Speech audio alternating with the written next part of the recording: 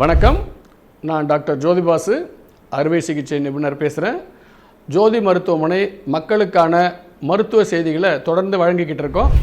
அந்த வரிசையில் இன்னைக்கு ஹெர்னியா அப்படின்னு சொல்கிற பிரச்சனையை பற்றி நம்ம பார்க்க போகிறோம். ஹெர்னியா அப்படிங்கிறதுக்கு தமிழில் குடலிறக்கம் அப்படின்னு சொல்கிறோம்.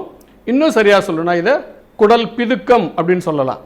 வயிற்றுக்கு உள்ளார இருக்கக்கூடிய உறுப்புகள், அதுவும் அசையக்கூடிய உறுப்புகளில் குடல் முக்கியமானது.